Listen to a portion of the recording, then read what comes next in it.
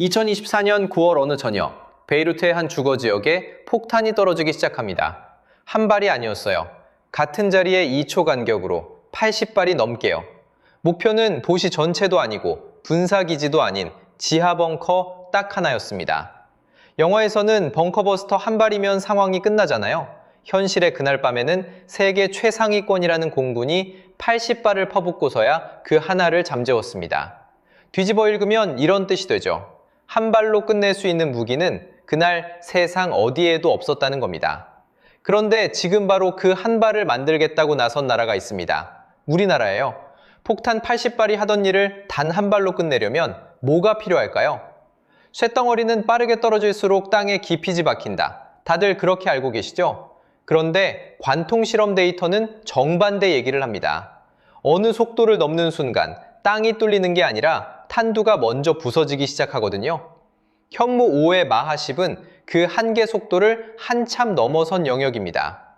그러면 이 괴물 미사일은 대체 어떻게 지하 요새를 뚫겠다는 걸까요? 오늘은 스펙 자랑을 잠깐 내려놓고 8톤짜리 탄두가 발사관을 떠나 땅속 깊은 곳에서 터지기까지 그 사이의 물리학을 순서대로 따라가 보겠습니다.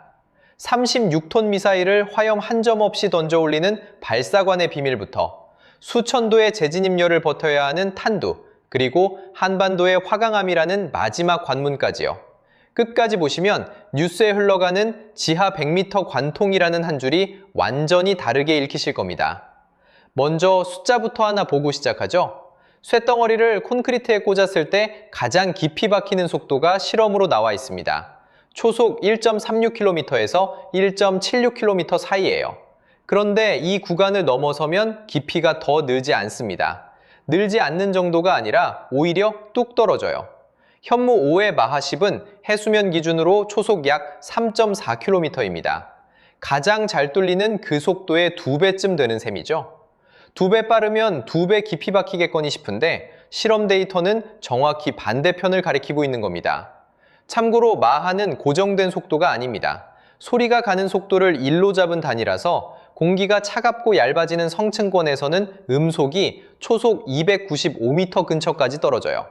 같은 마하 10이라도 그 높이에서는 초속 2.95km가 되는 거죠.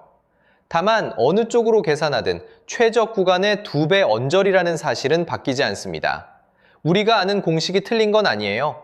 운동 에너지는 무게의 속도의 제곱을 곱해서 만들어집니다. 속도가 2배가 되면 때리는 힘은 4배가 되는 게 맞아요. 문제는 그 다음입니다.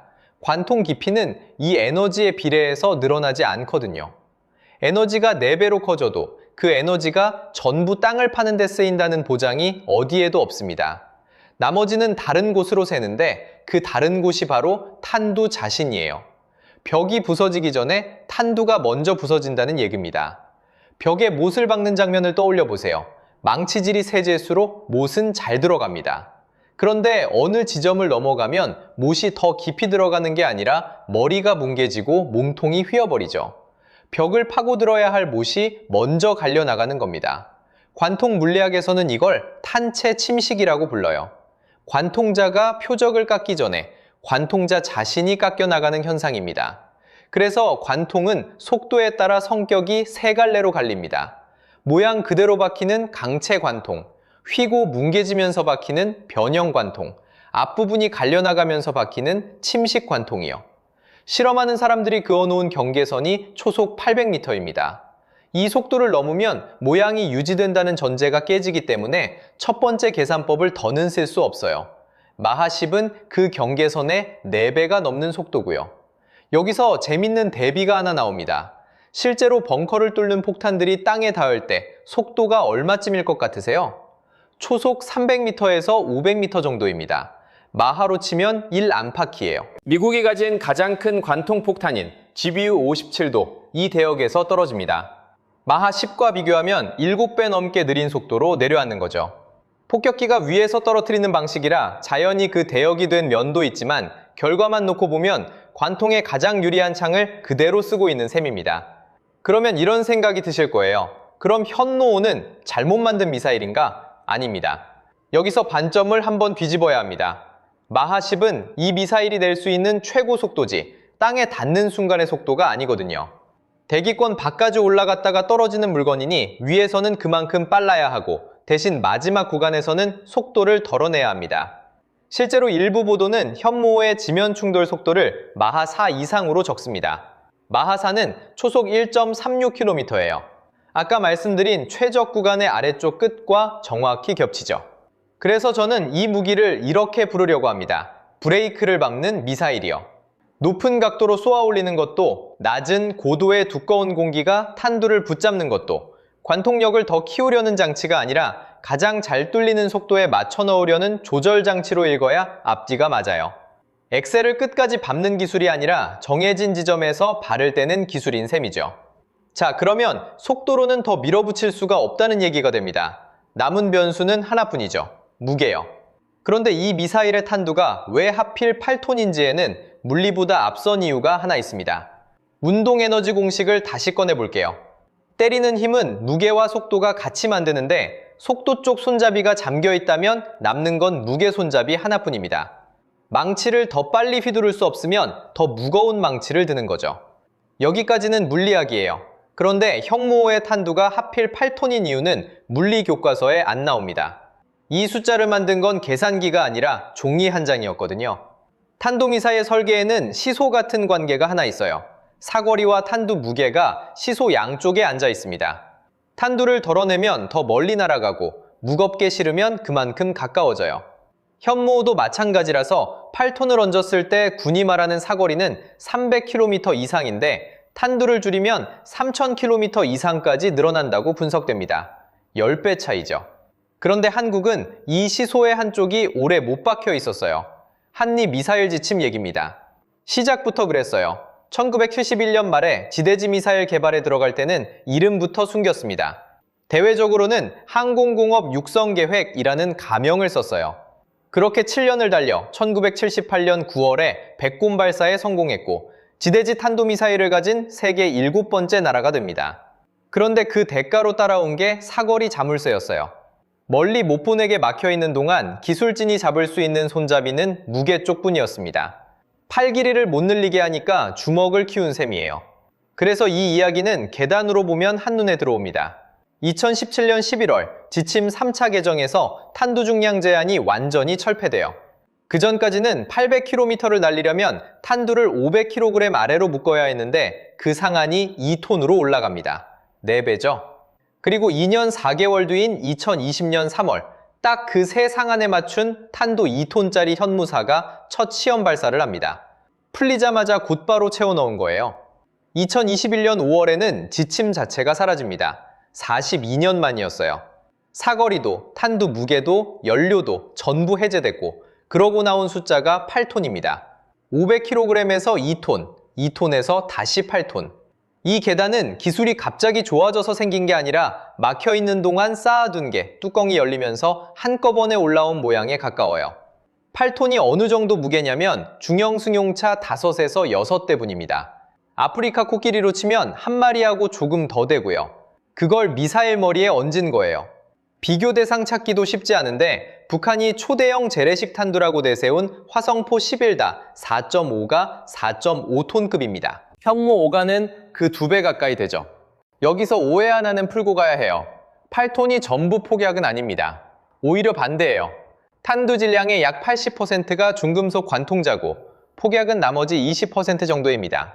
무게로 치면 1.6톤에서 2톤 사이예요. 그러니까 이건 폭약을 실은 미사일이라기보다 쇳덩어리를 실은 미사일에 가깝습니다. 못을 생각해보세요.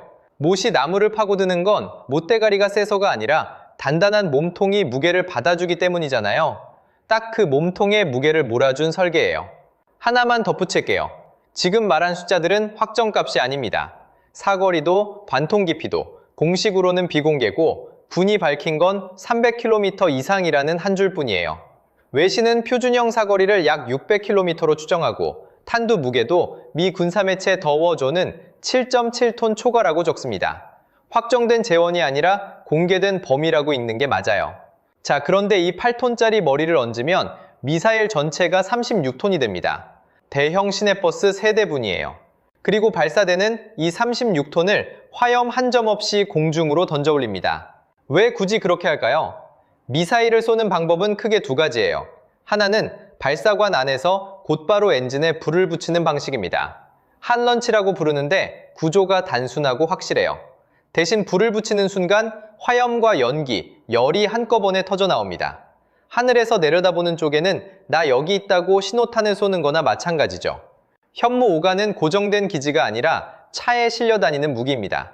이런 무기가 살아남는 방법은 쏘고 나서 그 자리를 뜨는 것 하나뿐인데 쏘는 순간 위치가 찍히면 그 전제가 무너져요. 그래서 택한 게 콜드런치입니다. 발사관 안에 가스 발생기가 따로 들어있어요. 엔진에 불을 붙이는 대신 이 가스가 만드는 압력으로 미사일을 발사관 밖으로 밀어 올립니다. 미사일은 화염 없이 일단 공중으로 떠오르고 어느 정도 높이에 올라간 다음에야 시동이 걸려요. 잠수함이 물속에서 미사일을 뱉어내듯 밀어낸 뒤 수면 위에서 불을 붙이잖아요. 그 방식 그대로입니다. 발사대가 화염을 직접 안 맞으니 덜 상하는 건 덤이고요. 여기까지는 그럴듯한데 이상한 대목은 지금부터예요. 밀어 올려야 하는 물체가 36톤짜리거든요. 외신 중에는 39톤으로 적는 곳도 있어서 자료마다 조금씩 달라요. 어느 쪽이든 배형 시내버스를 3대 겹쳐놓은 무게입니다. 그걸 폭발이 아니라 가스 압력만으로 통째로 들어올린다는 거예요. 머릿속에 이런 그림을 한번 그려보세요. 흔들어 놓은 탄산음료의 뚜껑을 따면 내용물이 확 솟구치죠. 갇혀있던 압력이 갈 곳을 찾아 위로 밀고 나오는 겁니다. 발사관 안에서 벌어지는 일도 방향은 같아요. 다만 밀어 올리는 게 콜라가 아니라 버스 3대분이라 그 짧은 순간에 수백 톤급 힘이 만들어져야 합니다. 그런데 압력이란 건 세면 끝이에요. 주사기를 떠올려 보시면 쉽습니다. 피스톤과 통 사이에 틈이 있으면 아무리 밀어도 공기가 옆으로 빠져서 힘이 안 실리죠. 발사관도 똑같아요. 미사일과 발사관 벽이 빈틈없이 맞물려야 가스가 새지 않고 전부 미사일을 미는 힘으로 바뀝니다. 발사관 단면이 원통인 이유가 여기 있어요. 디자인 취향이 아니라 틈없이 맞물리는 모양이 원이라서 그런 겁니다. 이 원통을 통째로 싣고 다니는 게 바퀴 달린 발사 차량이에요. 구축 18륜, 축이 9개에 바퀴가 18개입니다. 중국 둥펑 41의 발사 차량은 8축이에요. 러시아 토폴M은 그보다도 하나 적은 7축이고요. 그리고 뒷바퀴까지 같은 각도로 방향을 틀 수 있어서 차가 앞으로 가면서 옆으로도 밀려납니다. 개가 옆걸음 치듯이요. 좁은 산길을 빠져나가야 하는 차라 이런 기능이 필요해요. 참고로 러시아의 RS-26 루베즈도 발사 중량이 36톤이고 콜드런치를 씁니다. 숫자까지 겹치는 건 우연이지만 이만한 덩치를 다루려면 결국 비슷한 답에 도달한다는 얘기이기도 하죠. 공중에서 시동이 걸리면 2단 고체연료 로켓이 본격적으로 미사일을 밀어올립니다. 일단 추력이 75톤 포스, 75톤짜리를 들어올릴 수 있는 힘이에요. 자기 몸무게의 2배가 넘는 힘으로 스스로를 밀어내는 셈입니다. 그렇게 도달하는 높이가 최대 1000km 안팎, 대기권 바깥이에요. 그런데 대기권 밖까지 올라갔다는 건 떨어질 때 대기권을 다시 뚫고 들어와야 한다는 뜻이거든요. 땅에 닿기 전에 통과해야 할 관문이 하나 더 남아있는 겁니다. 관문의 정체는 공기입니다. 다시 대기권으로 들어오는 순간이죠. 우주에 가까운 높이에서 떨어지기 시작한 물체는 한동안 거의 진공인 구간을 지납니다. 그러다 어느 지점부터 갑자기 빽빽해지는 공기층을 만나요. 이때 탄두 앞의 공기는 옆으로 비켜설 시간이 없습니다. 그대로 짓눌리죠. 짓눌린 공기는 뜨거워지고 그 열이 고스란히 탄두 표면에 옮겨 붙습니다. 이걸 공력 가열이라고 부릅니다. 머릿속에 밤하늘의 유성을 한번 그려보세요. 우리가 별똥별이라고 부르는 그 빛나는 선은 사실 돌덩어리가 공기에 짓눌려 타들어가는 장면입니다. 대부분은 땅에 닿기 전에 흔적도 없이 사라져요. 현무 5의 탄두가 지나야 하는 구간이 정확히 여기입니다. 다만 조건이 하나 붙어요. 타 없어지면 안 되는 유성이어야 한다는 겁니다. 온도를 보면 만만치가 않습니다. 대기권으로 들어오는 물체는 최대 2000도에서 6000도 이상까지 가열됩니다. 쇳덩어리가 녹아 흘러내리고도 한참 남는 열이에요. 물론 이건 가장 험한 조건 기준이고 들어오는 속도에 따라 크게 달라집니다. ICBM 재진입체는 초속 6에서 8km로 내리꽂혀요. 현무 5의 마하 10은 초속 3.4km 정도니까 그만큼은 덜 받겠죠. 그런데 그 덜 받는 열조차 8톤급 탄두한테는 그냥 넘길 수준이 아닙니다. 우주선 캡슐처럼 두꺼운 방열판을 앞에 씌우면 되지 않느냐 싶은데 이 물건은 땅에 박혀야 하는 탄두예요. 앞머리에 푹신한 껍질을 붙여놓으면 그 껍질이 제일 먼저 뭉개집니다. 결국 쇳덩어리 관통자 자체가 열을 막는 껍질까지 겸해야 해요. 여기서 요구 조건이 서로 싸우기 시작합니다. 단단한 것과 열에 강한 것은 같은 방향이 아니거든요. 냉동실에서 꺼낸 유리컵에 뜨거운 물을 부으면 쩍 갈라지죠. 유리가 약해서가 아닙니다. 겉과 속의 온도가 달라 서로 다른 방향으로 잡아당기는데 단단할수록 그 힘을 흘려보내지 못하고 그냥 터져버리는 거예요. 이 탄두는 성적표 2장을 동시에 받아야 합니다. 안 부서지는 쇳덩어리이면서 수천 도를 견디는 열 방호체여야 하니까요. 그런데 묘하게 들어맞는 게 하나 있어요. 탄두를 괴롭히던 그 공기가 동시에 다른 문제를 풀어줍니다. 낮은 고도로 내려올수록 공기는 더 빽빽해지고 그만큼 속도를 깎아내거든요. 보통 이건 손해로 읽힙니다. 애써 올린 속도를 잃는 거니까요. 그런데 앞에서 본 관통 물리 위에 올려놓으면 이야기가 뒤집힙니다. 마하 10 그대로 지면에 닿으면 땅이 아니라 탄두가 먼저 깎여나가는 영역이었죠. 공기가 깎아준 만큼 속도는 오히려 최적 관통 구간 쪽으로 내려옵니다.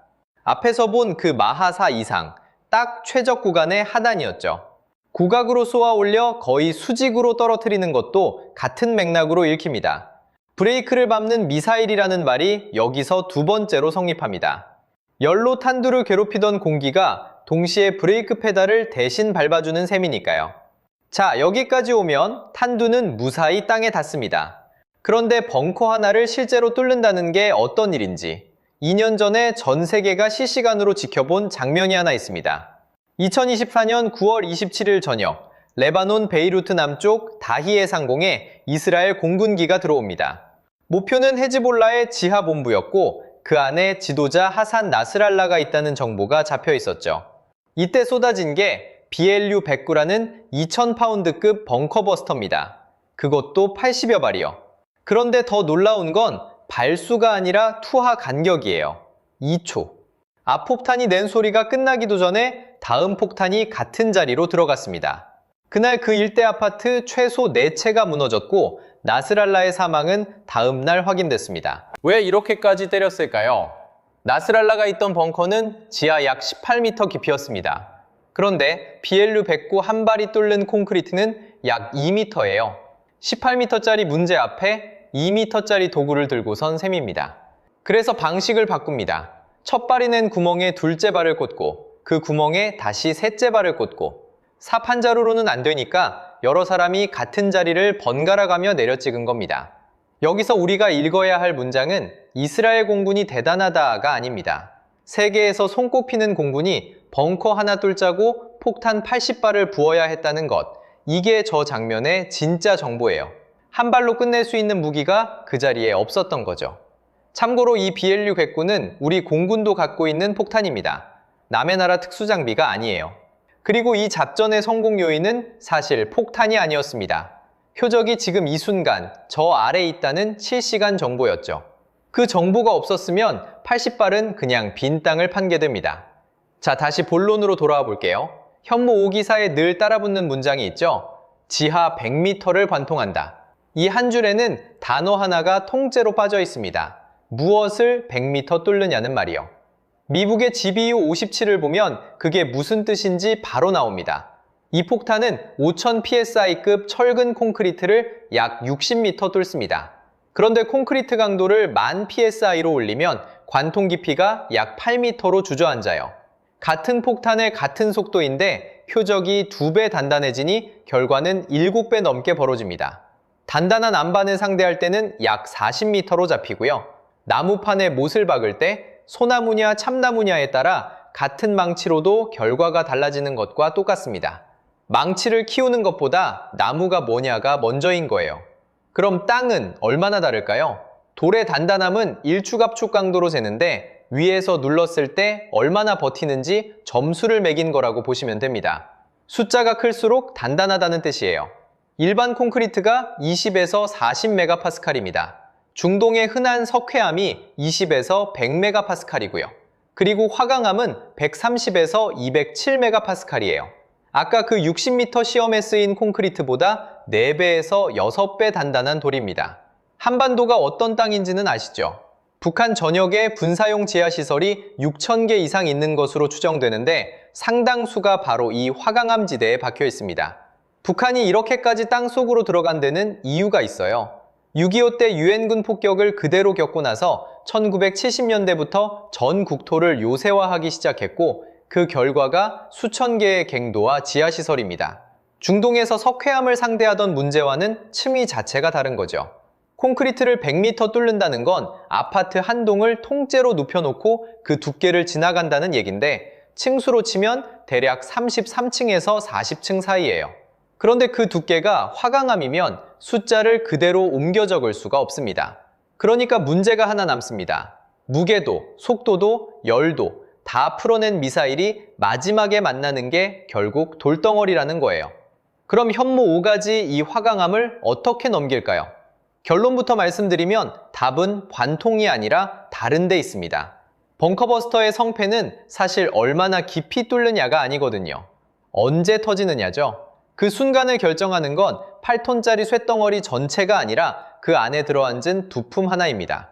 앞에서 하나씩 풀어온 조건들이 결국 이 작은 부품의 판단 하나에 결과를 맡기는 구조예요. 무슨 말인지는 표적이 무너지는 순서를 보시면 바로 잡힙니다. 파괴는 3단계로 일어납니다. 무게와 속도가 만드는 때리는 힘으로 일단 땅을 파고듭니다. 그 다음 정해진 깊이에 닿으면 지연신관이 켜집니다. 착탄하고 나서 정해진 순간에만 작동하는 타이머 스위치예요. 그리고 사방이 막힌 지하 공간에서 폭압이 터집니다. 이 순서의 주인공은 두 번째입니다. 폭죽을 떠올려 보세요. 마당에서 터뜨리면 소리만 요란하고 끝나는데 물속에 넣고 터뜨리면 물기둥이 솟습니다. 갇힌 압력은 갈 곳이 없어서 주변을 밀어붙이거든요. 지표면에서 터진 폭약은 에너지 대부분을 하늘로 날려보냅니다. 같은 폭약이 갱도 안에서 터지면 그 힘이 전부 벽으로 갑니다. 문제는 이 타이밍이 지독하게 까다롭다는 겁니다. 관통 도중에 족이 기폭하면 무기 하나가 통째로 실패합니다. 게다가 관통자가 지층을 파고드는 동안 그 안에 든 부품은 중력의 수천 배에 해당하는 감속 충격을 받습니다. 그 짓눌림 속에서 망가지지도 오작동하지도 않으면서 정해진 순간에만 켜지는 전자장치. 벙커버스터 개발의 실질적인 난관은 폭약을 몇 톤 싣느냐가 아니라 여기 있습니다. 자, 그러면 이 미사일 한 발이 실제로 얼마나 센 걸까요? 폭약을 빼고 계산해 봅시다. 8톤 탄두가 마하 10으로 땅에 닿는 순간의 순수 운동 에너지는 약 463억 줄입니다. 감이 안 오시죠? 전기로 바꾸면 일반 가정이 3년 7개월 동안 쓰는 양입니다. 이걸 TNT로 환산하면 약 11톤이 나옵니다. 이 11톤에는 딱 맞는 비교 대상이 하나 있습니다. 미국이 모든 폭탄의 어머니라고 부르는 모압의 폭발력이 TNT 약 11톤 상당이거든요. 폭약이 한 톨도 안 터진 상태에서 그냥 떨어지는 것만으로 모압 한 발과 맞먹는다는 뜻입니다. 여기 실린 폭약 트리토날은 TNT에 알루미늄 가루를 섞어 더 오래 뜨겁게 타게 만든 물건인데 그것까지 더하면 한 발 총합이 TNT 약 13톤 상당이 됩니다. 여기까지 오면 어디선가 들어보셨을 얘기가 떠오르실 겁니다. 30발을 한꺼번에 쏘면 리히터 규모 7짜리 지진이 난다는 말이요. 온라인에 꽤 돌아다니는 문장인데 계산해보면 성립하지 않습니다. 지진 규모는 에너지의 로그를 씌운 값이라 한 칸 올라갈 때마다 힘이 껑충 뜁니다. 규모 7에 해당하는 에너지를 TNT로 바꾸면 약 478kT, 그러니까 47만 톤이 넘습니다. 그것도 순수 에너지 기준일 때 얘기고 땅속 폭발을 지진 규모로 바꾸는 식을 쓰면 8.6메가톤까지 올라갑니다. 현무호 30발을 다 합치면 405톤입니다. 규모로 환산하면 3.7에서 4.0 사이, 실내에서 물건이 조금 흔들리고 사람이 느끼는 정도예요. 규모 4와 규모 7 사이에는 약 3만 배의 에너지 차이가 있습니다. 실측으로도 확인됩니다. 2017년 북한 6차 핵실험은 위력이 100에서 250킬로톤으로 추정되고 산소 갱도에 완전히 갇힌 채로 터졌습니다. 그때 미 지질조사국이 기록한 지진 규모가 6.3이었어요. 히로시마의 열 몇 배짜리 핵폭발이 지하에 완벽하게 봉인된 채로 터졌는데도 규모 7에 닿지 못한 겁니다. 그렇다고 이 무기가 별것 아니라는 얘기는 아닙니다. 오히려 반대예요. 벙커버스터의 값어치는 총 에너지가 아니라 표적 지점에 얼마나 정확히, 얼마나 깊이 에너지를 밀어넣느냐로 정해지거든요. 벽 하나를 무너뜨리는 데 필요한 건 도시를 태우는 열이 아니라 벽 안쪽에 정확히 놓인 망치 한 번이니까요. 그리고 여기서 앞서 만들었던 그 말이 완성됩니다. 브레이크를 밟는 미사일. 이 무기는 더 빠르게, 더 크게 터지려고 만들어진 게 아니에요. 올라갈 수 있는 속도까지 올라갔다가 관통이 되는 속도로 스스로 내려오고 땅에 닿고도 곧바로 터지지 않고 정해진 깊이까지 참았다가 그제야 에너지를 놓습니다. 여기까지 따라온 조건들이 전부 참는 기술이었던 셈입니다. 여기까지 오셨으면 맨 처음에 그 질문에 이제 답하실 수 있습니다.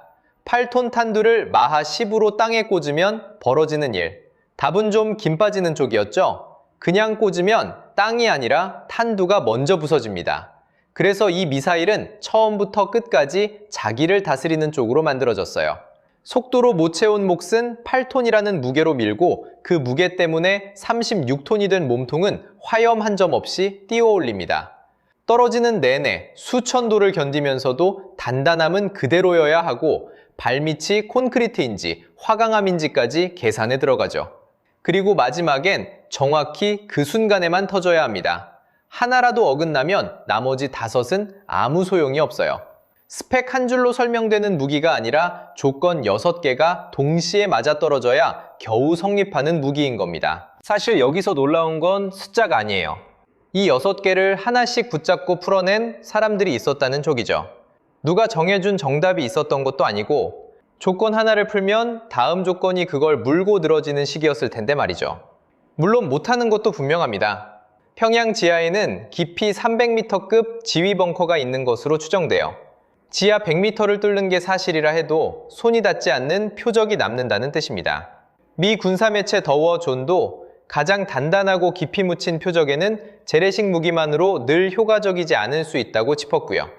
애초에 명중 정확도도 실제로 몇 미터를 뚫는지도 공식적으로는 비공개입니다. 그래서 오늘 가져가실 건 숫자가 아니라 눈입니다. 다음에 뉴스에서 지하 100m 관통 이런 한 줄을 보시면 이제 거기 빠진 단어 하나가 보이실 거예요. 무엇을 뚫느냐? 숫자를 크게 읽는 대신 조건을 읽게 되는 거죠. 그 한 단어가 붙는 순간 같은 문장이 전혀 다르게 읽힙니다. 후속으로 현무 6, 현무 7 얘기가 나오긴 하는데 군 공식 재원은 아직 미발표예요. 숫자가 공개되면 그때 또 같이 뜯어보죠. 오늘도 끝까지 봐주셔서 고맙습니다.